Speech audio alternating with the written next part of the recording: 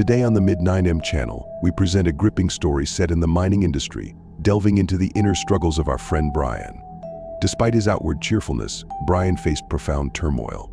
Join us as we uncover the haunting journey of his life, highlighting the significance of genuine care in our society. What fate befell Brian, and what lessons can we draw from his experience? Tune in for a powerful narrative. Viewer discretion is advised. I remember the last thing Brian said to me. He said it in such a nonchalant way that none of us thought anything of it.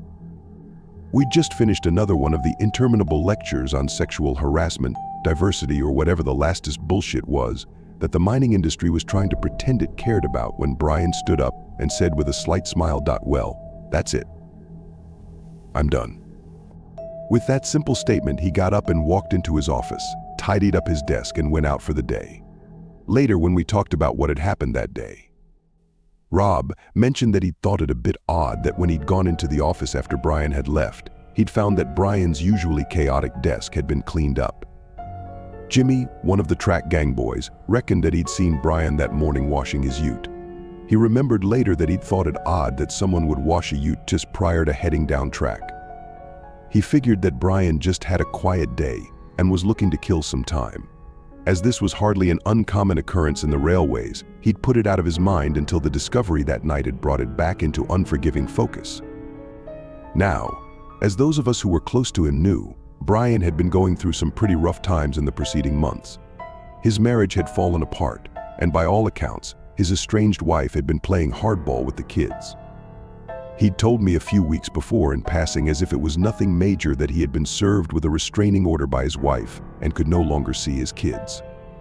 I'd not really known what to say, so I asked a few polite questions, offered a few empty platitudes, and he'd gone on his way. Hell, he seemed fine. I mean, I wanted to help, but what could I do? I asked him if he was doing okay each day, but that seemed, if anything, to irritate him, so I gave up.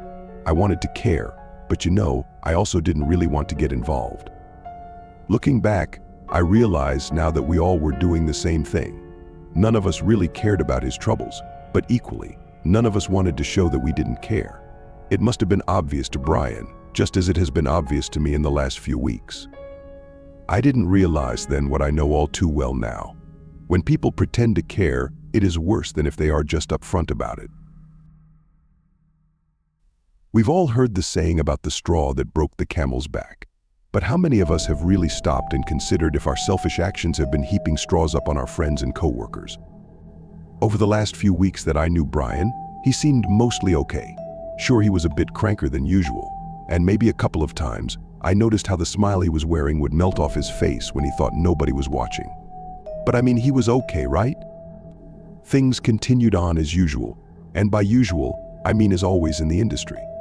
I was looking to snag a promotion, so I was busy trying to show off for the managers. Brian had put an improvement idea in a while back to get the offices repainted. He was hoping to replace the gray paint that had been flaking off the walks with something a bit more light and cheerful. Well, I jumped on the idea and painted half the office bright pink and the other half bright blue. I was pretty chuffed, thinking how it would look on the virtual meetings with management, how I could give a spiel about how we stood for men and women's health and equality and all that good stuff. When Brian saw what I'd done, he was pissed. He took one look at the walls before passing his judgment. "It's shit," he'd said. The next day, I'd had to tell him that the promotion he'd been offered the previous swing had vanished. He was a high performer in the team, but management was looking for more diversity, so they decided to pass him by again. I tried to soften the blow by offering him a secondment to help train the new leaders we'd hired and set up the systems for them. But to my surprise, he turned it down. He'd been angry after that for a couple of days. But then, as always, he just seemed to get over it. Again, I pretended I cared. I asked him if he was doing okay, and I tried to emphasize with him. But he wasn't interested. He just changed the subject and moved on. So all in all, I was not concerned when, after the meeting that Sunday, he went down track and I didn't hear from him all day. When at 3 p.m. I tried to call him on the radio, and I didn't get an answer, I wasn't worried. It was only when 5 p.m. rolled around, and I still couldn't get through to him on the phone or the radio, I began to be a bit uneasy. My sense of unease began to grow when nobody could remember seeing him or his car down track all that day. Oh fuck, I'd thought, if he's cracked it and fucked off to Newman to fly home, I'm going to look like an arsehole. I should have reported him missing then. But instead, as I was more concerned about the administrative repercussions than anything else, I decided to keep it quiet and go out for a look instead.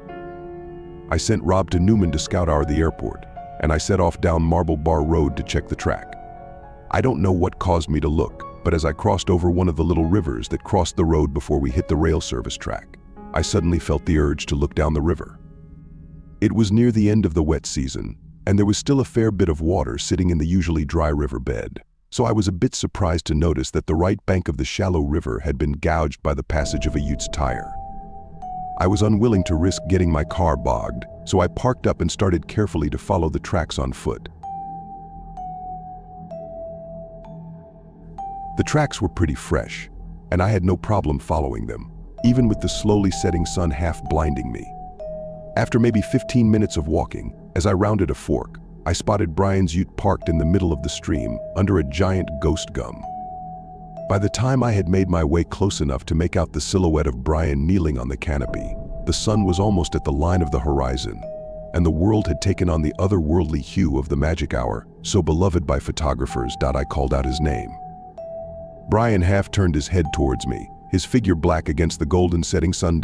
"Are you okay?" I asked, wincing slightly as the cool water filled my boots. Brian's only response was to sigh deeply, as if in a final expression of disappointment, or perhaps disgust at the pathetic shallowness and impotence of my question, and turn back to the golden sun. His judgment against me and all humanity seemingly made, he suddenly gasped and arched his back. With a jerk, his arms spasmed downwards, he stumbled uneasily to his feet and, with a sure and final motion, threw himself off the edge. As he fell, I suddenly noticed that he was connected to the sky by a black tether.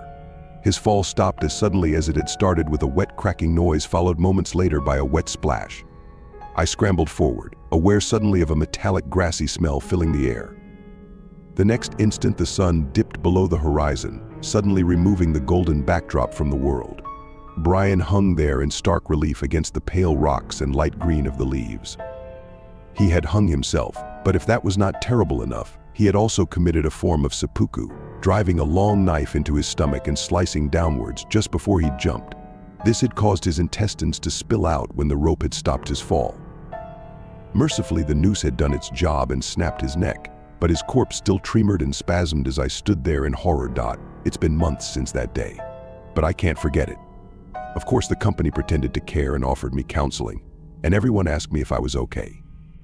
But you know what? It is not okay, and I've realized now what Brian knew then.